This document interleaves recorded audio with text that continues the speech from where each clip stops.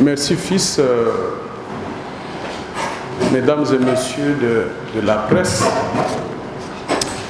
je voudrais d'abord, au nom de l'Association congolaise pour l'accès à la justice, ACAJ en sigle, remercier tous ceux qui ont répondu à l'invitation qui leur avait été lancée à travers notre modérateur du jour, à savoir fils Matadi, ainsi que ceux qui m'avaient téléphoné personnellement souhaitant venir participer à ce point de presse qui intervient après la publication par notre organisation la semaine passée, c'était vendredi, d'un premier communiqué de presse alertant l'opinion sur les actes de blanchiment des capitaux, de détournement des fonds portant sur la somme de 200 millions d'euros devant appartenir à la GECAMIN, qui est l'une des sociétés importantes de notre pays, l'entreprise de l'État.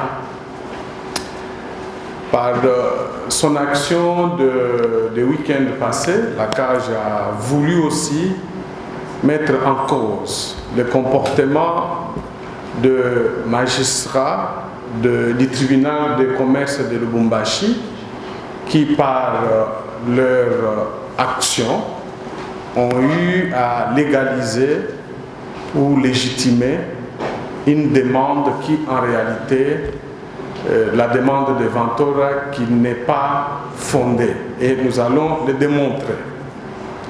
Mais à la suite de cette mobilisation que nous avons lancée et qui a connu l'adhésion de plusieurs Congolaises et Congolais, ainsi que d'autres organisations de la société civile, de personnalités, nous avons constaté, comme vous tous, que la GECAMIN ainsi que la société Ventura ont réagi par des communiqués de presse. La GECAMIN a publié son communiqué de presse dans la nuit de la journée de samedi à dimanche, et hier, en début de l'après-midi, la société Ventura a publié aussi son communiqué de presse.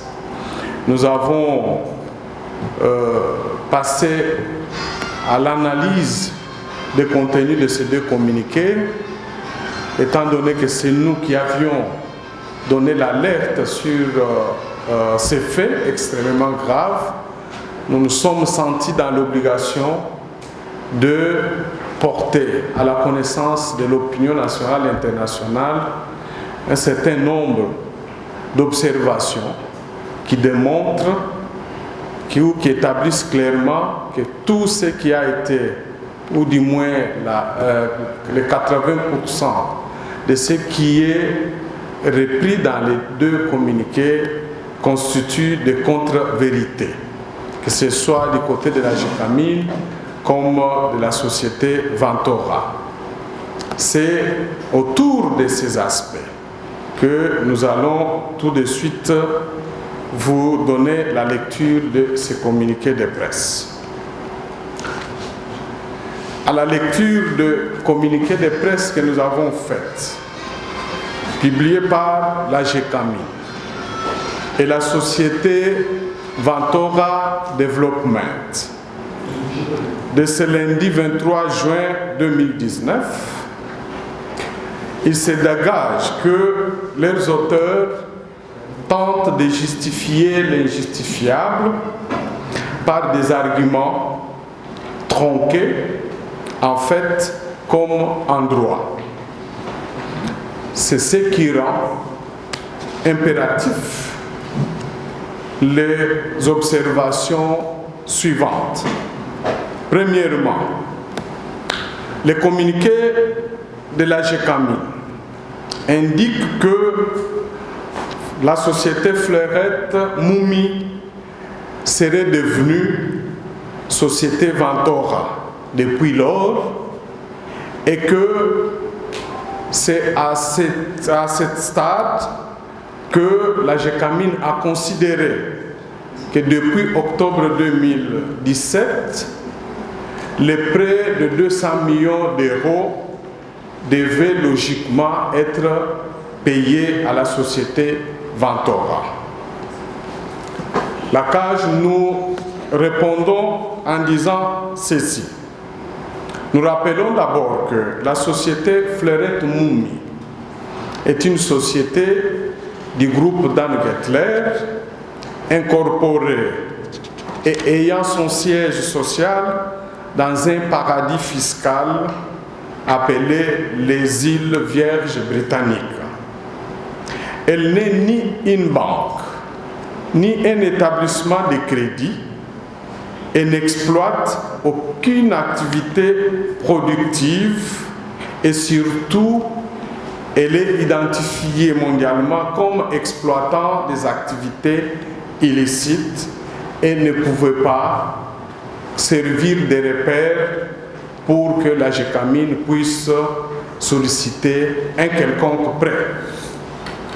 Cela était suffisant de convaincre la GECAMIN à ne pas s'engager avec une telle société à une réputation sulfureuse et de surcroît à solliciter auprès d'elle une quelconque ligne de crédit d'un montant de 200 millions d'euros, sachant que les règles de compliance internationale et les obligations de vigilance n'autorisent pas un tel comportement suspect de la part d'une société de la taille de la GECAMIN. Au regard de la loi numéro 04/016 du 19 juillet 2004, une telle opération de prêt avec l'origine des avoirs du prêteur non connu et la hauteur de ce montant de 200 millions d'euros incompatible avec la nature et le niveau des activités du prêteur constitue bel et bien un indice particulier du blanchiment des capitaux en ce qu'il tend à introduire dans les systèmes bancaires congolais ou dans les circuits économiques congolais des sommes d'argent issues des activités non connues et jugées illicites par les trésors américains qui a à juste titre placé la société Fleurette Moumi au cours de la même année 2017, soit au mois de septembre, le coût des sanctions en vertu des exécutifs ordre numéro 13/818 du président des États-Unis, daté du 21 décembre 2017. En effet, toute personne diligente ne peut comprendre pourquoi la GECAMIN a choisi précisément cette société sulfureuse qui n'est ni banque ni établissement de crédit pour obtenir les prétendus prêts. 2.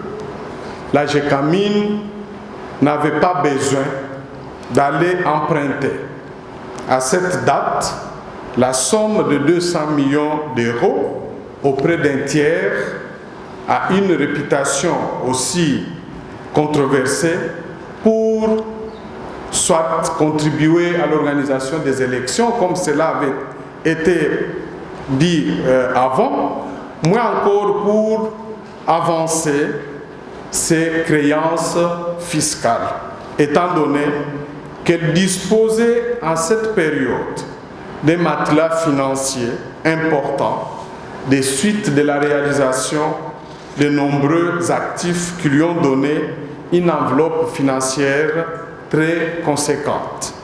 En effet, la GECAMIN venait de réaliser en cette période la cession de ces 5000 actions, soit 25% dans la société Métalcol à NRC pour une somme de 170 millions de dollars et que le dernier paiement sur ces montants a été fait en avril 2017, soit plus ou moins 50 millions de dollars.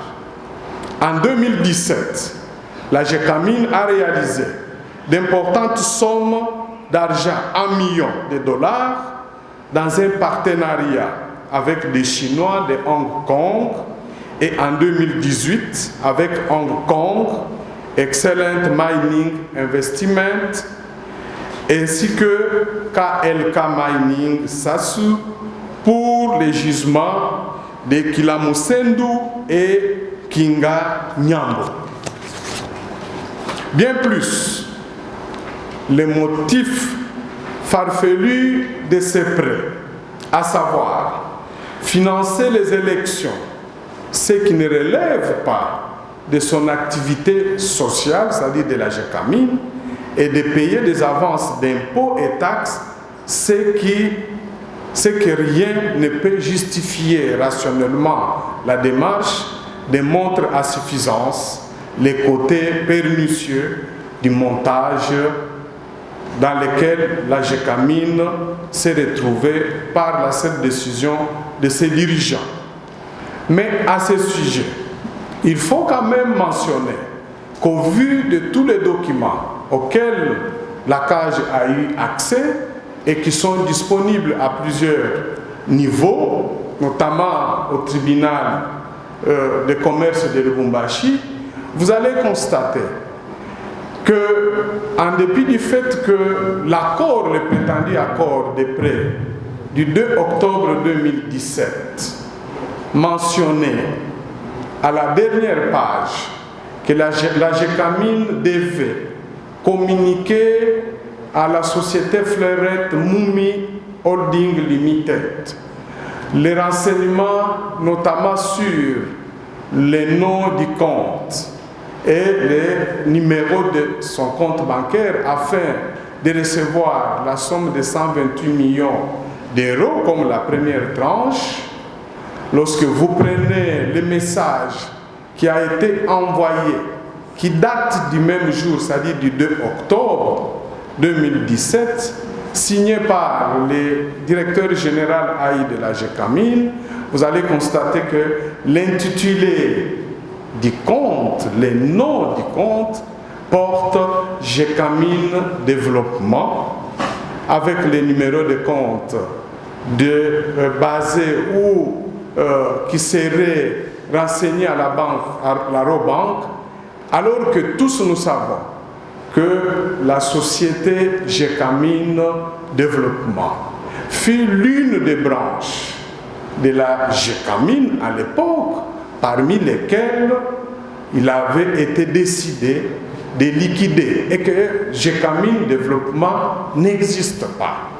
Et que depuis 2014, à la suite de l'adaptation, l'harmonisation des statuts de la GECAMIN par rapport à la loi de l'OHADA, la GECAMIN est devenue GECAMIN SA et n'a plus en son sein des activités qui étaient autrefois exercées par la branche GECAMIN Développement qui n'existe plus, qui est morte.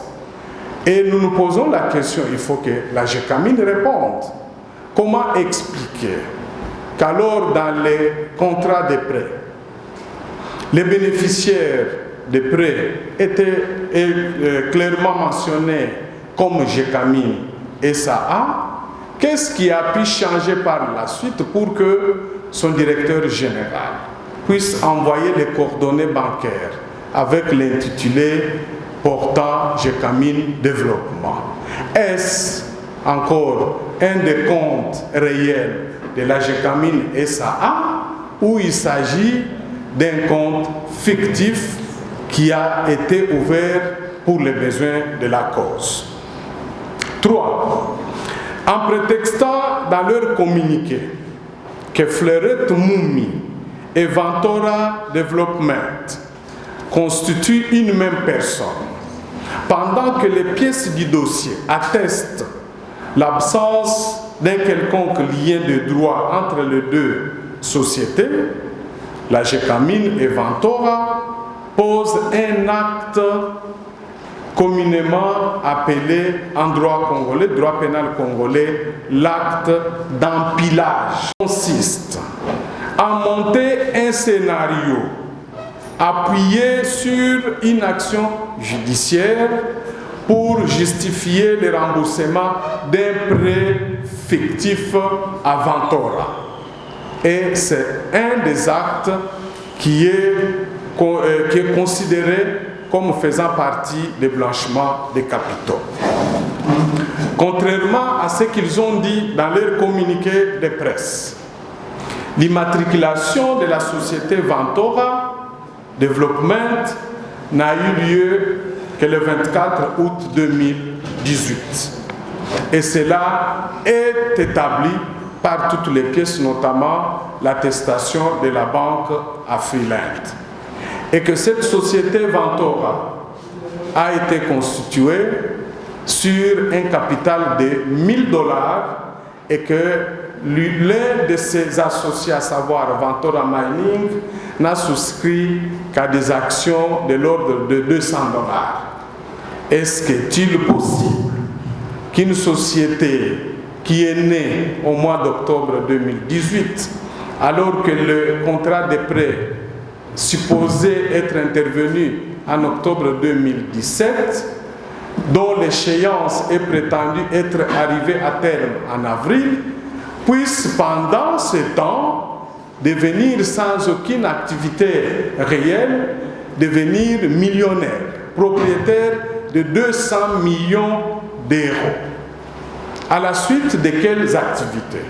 Voilà pourquoi nous considérons, avec beaucoup d'analystes, que Ventora a été créé pour les besoins de la cause, c'est-à-dire pour faciliter en réalité le contournement des sanctions américaines qui ont frappé déjà Fleurette, Moumi, à cause de ce genre d'activités qui visent tout simplement à maquiller, déguiser les fonds ainsi que leur origine et de faciliter leur introduction dans les circuits économiques, et notamment en République démocratique du Congo. Enfin, aussi bien dans le jugement rendu par le tribunal de commerce de Lubumbashi, que dans leurs moyens développés devant la cour d'appel de la même province, c'est-à-dire de la ville de Lubumbashi, il est clairement établi que la GECAMIN, qui aurait dû contester de manière sérieuse et juridique les liens de droit qui s'établissaient ou qui pouvaient s'établir entre Ventora et elle, qui pouvaient justifier à Ventora de lui réclamer le remboursement ou le paiement de cette créance, la GECAMIN est passée facilement aux aveux, tant dans son action, son assignation en opposition, mais aussi dans ses différents moyens et plaidoyers développés devant les deux juridictions. Alors que nous savons tous que personne ne peut accepter de s'exécuter d'une obligation envers une autre si il n'existe pas un seul acte juridique pouvant fonder les liens de cette obligation.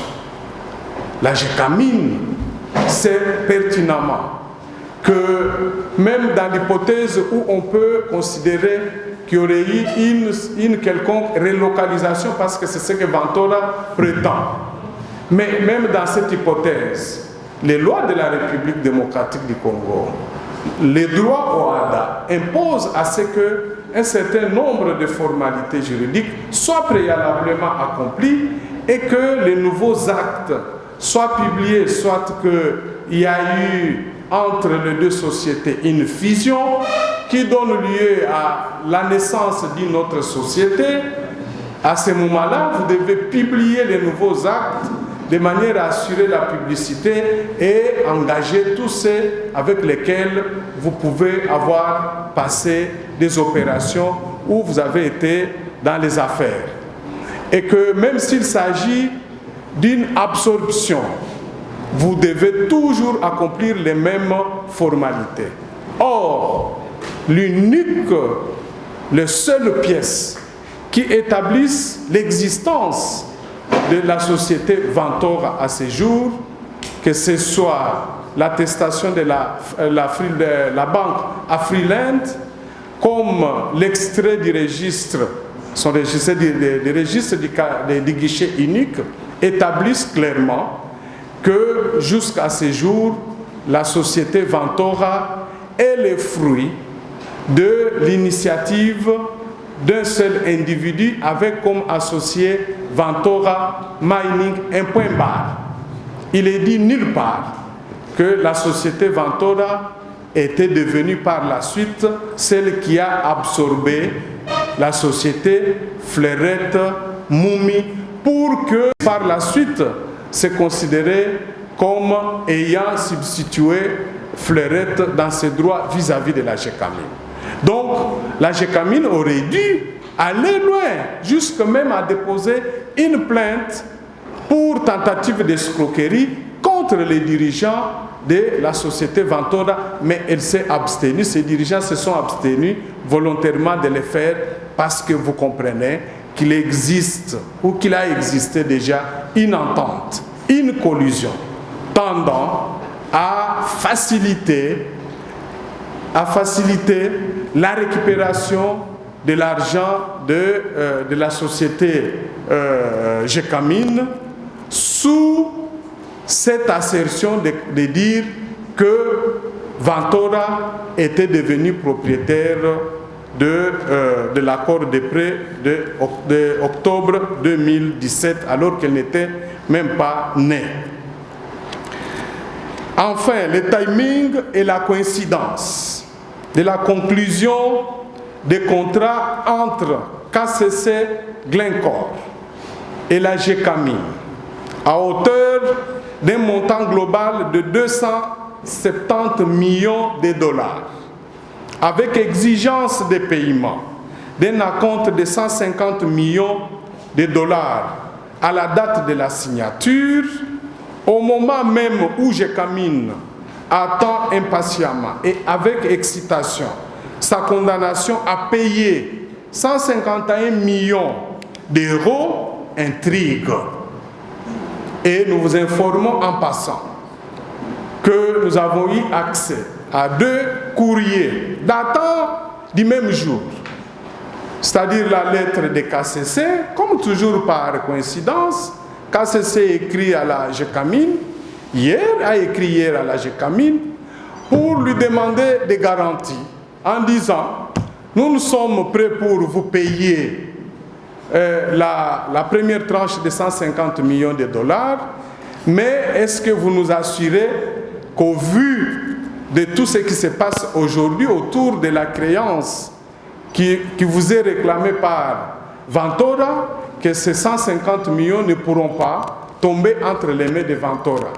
Et c'est à la même date, du 23, soit hier, que la GECAMIN a répondu à Vantora pour lui dire que non, nous vous assurons que nous ferons tout pour que cette somme d'argent ne tombe pas entre les mains de Vantora. Et nous vous informons d'ailleurs que Vantora a déjà appliqué une saisie-attribution de nos droits entre les mains de l'État congolais et que par conséquent, il n'y a pas à craindre. Donc vous comprenez que tout a été fait dans les mêmes circonstances, dans une attente visant à ce que les 2 opérations se mènent au même moment, de telle sorte que dès que KCC verse cet argent sur le compte de la GECAMIN, Vantora, qui n'a aucun droit à réclamer vis-à-vis de la GECAMIN, fondé sur le prétendu prêt d'octobre 2017, va mettre la main et c'est la GECAMIN qui va être appauvrie. Et si c'est la GECAMIN, ça veut dire l'État congolais, bref, le patrimoine du peuple congolais. Donc, il y a lieu de s'agiter et de faire en sorte que cette machination ne puisse pas réussir. Et donc, si KCC venait à effectuer ces paiements, alors même qu'elle a été interpellée à ne pas porter main forte à un tel processus de blanchiment des capitaux, il va sans dire qu'elle deviendrait complice de l'introduction des sommes d'argent blanchi dans les circuits économiques légaux, afin de leur donner une apparence licite. Au regard de la gravité de ces faits, et après avoir réservé cette réplique contre les contre-vérités contenues dans les deux communiqués, la CAJ recommande encore au procureur général près la Cour de cassation de poursuivre son action judiciaire contre les 3 dirigeants de la GECAMIN, et ceux de Ventura et Fleurette, et ne pas céder aux pressions politiques et de prendre toutes les mesures conservatoires qui s'imposent afin de protéger le patrimoine de la GECAMIN contre un complot de prédation en cours. À la population congolaise, la CAJ recommande de soutenir efficacement et publiquement les poursuites judiciaires en cours et de rester mobilisés jusqu'à ce que les auteurs de ces faits de blanchiment des capitaux et de détournement des fonds publics de la GECAMIN soient jugés et sanctionnés conformément aux lois de la République.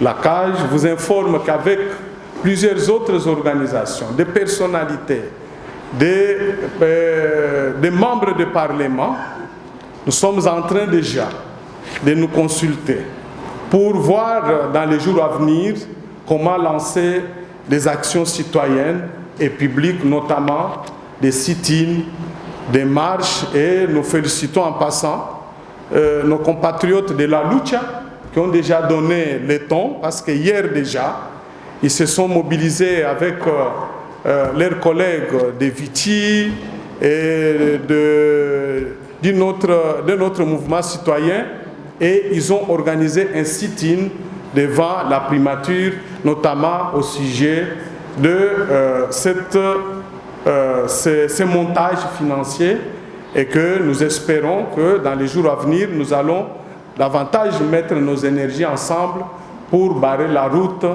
à ces prédateurs de ressources de la République démocratique du Congo. J'ai dit et je vous remercie. Pour le reste, si vous voulez avoir plus de détails, nous allons répondre dans les débats. Capital, qui lui a été délivré par la banque Afriland en date du 23 août 2018, constatant que cette société était en formation et qu'au vu de l'extrait de son registre du commerce que nous avons obtenu et d'autres pièces, notamment l'identification à l'économie nationale, il se dégage que cette société existe bel et bien. Nous ne disons pas que au regard des pièces, elle n'existe pas. Elle existe. Au regard des pièces, elle existe. Mais cependant, nous disons qu'il n'y a aucune pièce, aucun document pouvant justifier un quelconque lien entre cette société et la société Fleurette Moumi, qui a signé le prétendu accord de prêt le 2 octobre 2017 avec la GECAMIN, pour que ces liens puissent fonder Ventura à réclamer le paiement de cette somme auprès de la GECAMIN. C'est ça le vrai problème. Nous disons que l'accord qui porte sur les 200 millions d'euros est du 2 octobre 2017. Les documents établissent que cet accord aurait été signé par la GECAMIN représentée par ses dirigeants, ainsi que Fleurette, Moumi, et pas GECAMIN et Ventora. Nous sommes en 2017 et que Ventora n'est créé qu'en 2018 au mois d'août. Donc c'est deux entités commerciales différentes, de telle sorte que Ventora ne peut pas un jour se réveiller, aller auprès de la GECAMIN, réclamer le paiement de cette somme-là, parce que cette société est placée sous sanction américaine. En le faisant, ça paraît tout simplement qu'il y a une sorte d'entente, une conspiration visant à faire échapper les conséquences des sanctions sur Fleurette d'une autre manière.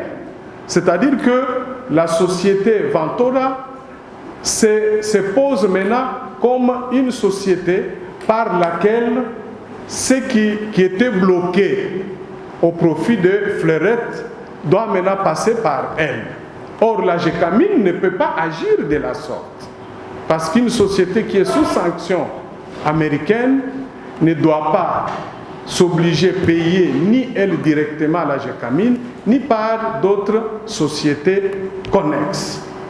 Et donc, c'est de ça que nous avons parlé. Nous n'avons pas parlé du caractère fictif de Ventora, parce que plusieurs documents établissent que cette société existe. Et nous ajoutons pour dire que, selon ces documents, même celui qui leur avait été octroyé, qui leur a permis d'obtenir le numéro d'impôt, date du 30 août 2018.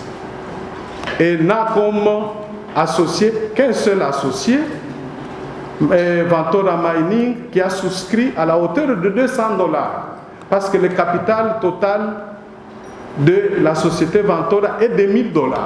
Et nous disons une pareille société qui est dans le commerce général, comment elle peut, vous imaginez, d'août 2018 à octobre 2019, soit plus ou moins une année, une société qui est dans le commerce général se réveille un jour pour dire que je suis devenu, moi, propriétaire des millions d'euros que la GECAMIN devait à Fleurette. Mais là, il y a un problème, et surtout lorsque le dirigeant de la GECAMIN reconnaisse facilement ces faits-là, sans contester. Ce n'est pas normal. Voilà.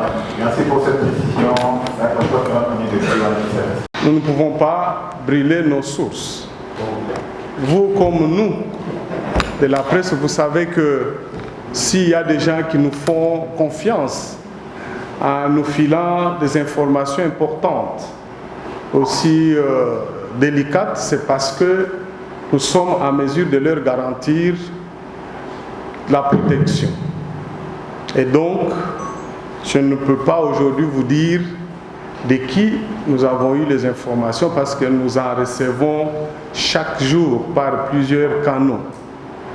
Mais nous avons mis en place un système qui nous permet de recevoir facilement ces informations, notamment nous avons nos boîtes mail, principalement celle de la cage, les gens nous contactent. Nous avons aussi la possibilité de recevoir les gens sur demande des rendez-vous. Donc nous préférons ne pas trop donner des détails sur cela. Ça va nous mettre en difficulté, ça va nous disqualifier même auprès de ceux qui nous font confiance et pour lesquels nous avons pris l'engagement de ne pas révéler leur identité. Et je vous encouragerai, vous aussi en tant que journaliste, de ne jamais le faire. Mais vous savez seulement que dans le cadre de cette loi sur la répression des actes de blanchiment, la loi seule a déjà prévu dans quelles circonstances un dépositaire de secrets professionnels peut être amené à révéler ses sources, notamment les banques. Les banques peuvent être obligées, contraintes à révéler tout ce qui est considéré comme secret lorsqu'il est constaté que certaines de ces transactions seraient d'origine illicite. Donc, ce sont là les exceptions. Alors, pourquoi la CAJ donne de la voix que dans cette affaire, non, mais je pense que c'est une très mauvaise perception des choses. Vous dites qu'il y en a eu beaucoup, c'est vrai. Peut-être vous parlez des dernières en date, parce qu'il faut qu'on en parle. Les dernières en date, moi je vois dans les réseaux sociaux, les gens reviennent sur 15 millions et 6 millions. Et ils ajoutent 200 millions d'euros aujourd'hui comme troisième, qui sont à la une. Mais je voudrais revenir s'agissant des 15 millions, pour rassurer les uns et les autres que nous continuons à travailler sur ces dossiers, à les suivre. Nous encourageons, nous apportons nos conseils et nos suggestions à la justice pour que ces dossiers aillent de l'avant et que les fauteurs ou les personnes qui seront reconnues comme auteurs et complices soient vite identifiés et déférés devant les juges compétents. Nous le faisons. Si vous nous avez bien lu, vous savez que c'est la CAJ qui a eu à publier plusieurs documents sur cette affaire. Et nous avons beaucoup communiqué avec la justice en fournissant un certain nombre d'informations capitales aussi, notamment en ce qui concerne les procédés qui ont été utilisés pour arriver à soustraire ces 15 millions, parce que selon nos informations, il n'y a pas que 15 millions.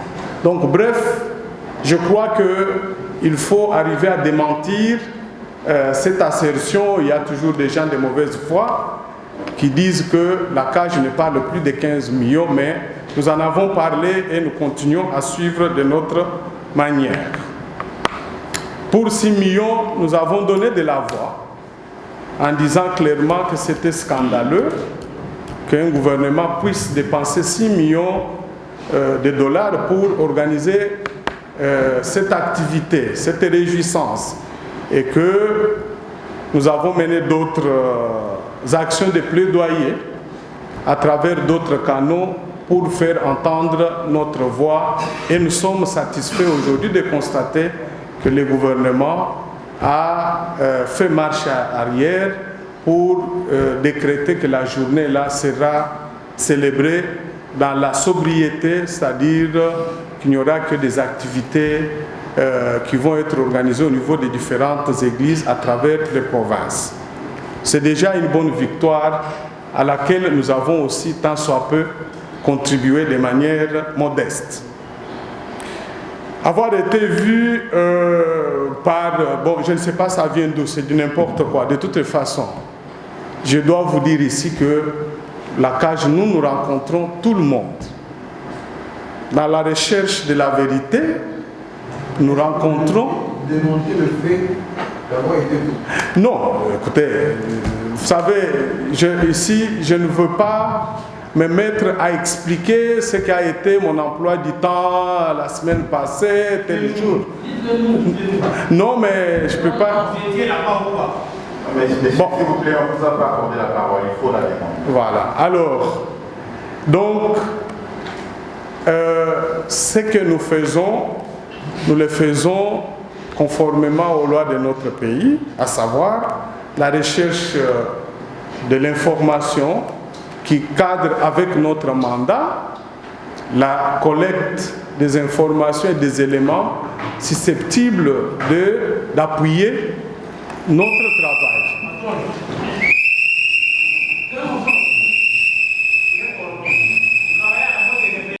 Un peu comme celui auquel nous venons de vivre, même si nous sommes les défenseurs de la liberté d'expression, mais quand on vient exercer sa liberté de cette manière, à ce moment-là, on ne respecte pas la liberté des autres. Ça, c'est troubler l'ordre public et nous nous réservons le droit. Nous allons d'ailleurs suffisamment enquêter pour connaître les organisateurs, les commanditaires de ce théâtre, et nous allons le faire poursuivre conformément aux lois de la République.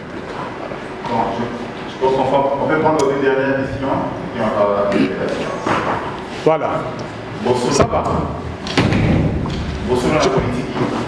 Oui. Merci. Maître Georges, dans cette affaire, Anila. oui, dans cette affaire, Fleurette, n'existe plus. Donc ça fait plus d'une année, Fleurette existe. Fleurette Moumi. Moumi n'existe plus. C'est la sanction contre Fleurette. Montre que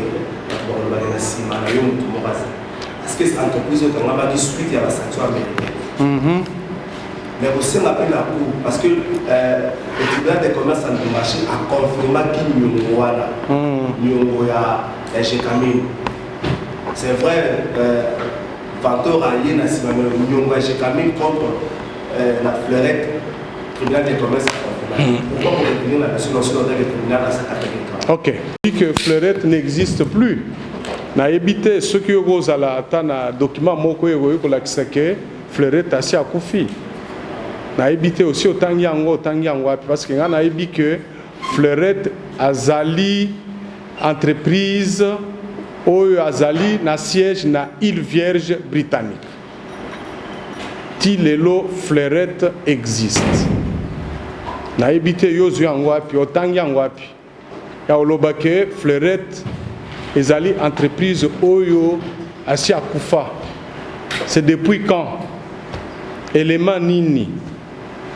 Tokoki sur base duquel Tokoki bisonyo se fondé conviction à biso pour que to soutenir que Fleurette existe et n'existe plus. Fleurette existe.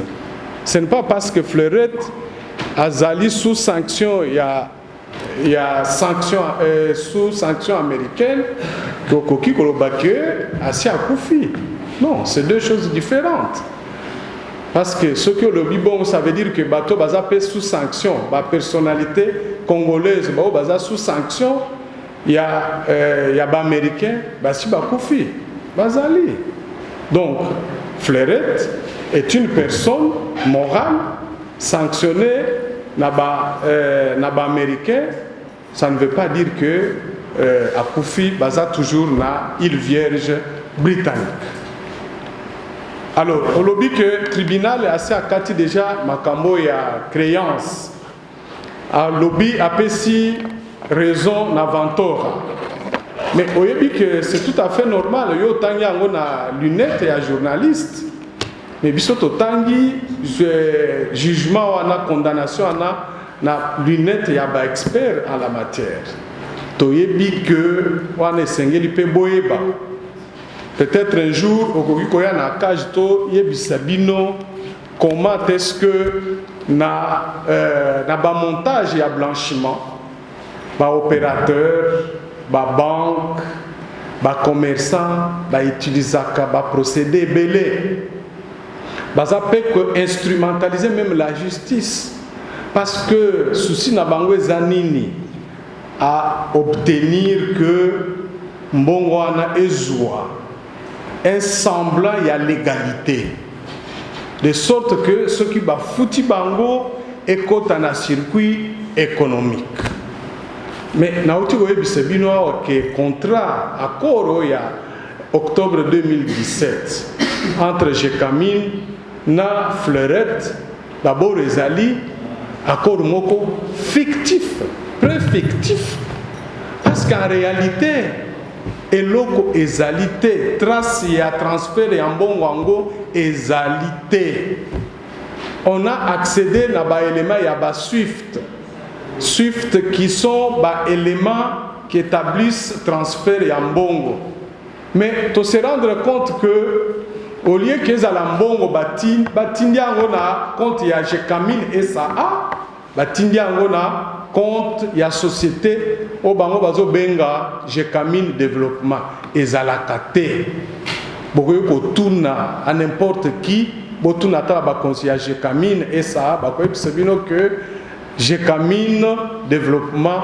ezalakali sous-souté mais bango ba utiliser kombona ezali ba procédé ba moyen ba to basala ka ba utiliser ka pona ko blanchir capitaux ba fonds oyo eutaka na ba produit na ba activité criminelle comment ba kotisa na circuit bancaire circuit officiel ba oyo ko utiliser ko créer ba fausse société ou ezaka na ba activité pour dire automatiquement que mbongo na to futi nyongo à telle société alors que société nyongwana existe. Donc voilà, il faut bosa la prudent. J'espère que les journalistes bazali penza na bazwa formation na investigation sur le blanchiment des capitaux, bazali comprendre oyongana zoloba comment bato na ba utiliser ba procédé. Donc dans les cas d'espèce ba utiliser pe ba juge tribunal eza makambo ya lukuta Vantora a signé un accord mokote na Jekamine. Il n'y a aucun accord qui peut établir lien entre Vantora na Fleurette. Vantora société moko muke ba créer une capitale il y a $1000. Mais je ne comprends pas du jour au lendemain 10 mois après société il y a capitale il y a $1000. Et comme propriétaire, il y a 200 millions d'euros dans le donc, nous avons salé au bandit commerce, les à $100. Après une année, au commune à 10 millions. Est-ce que ça ne va pas faire tiquer les gens? Mais ce n'est pas possible. $100. Du coup, au commune millionnaire. Montrez-nous au bout d'une année quelles sont les activités au Salaki. Donc, il faut la prudent. C'est vraiment une opération, il y a blanchiment des capitaux qui est en cours. Merci.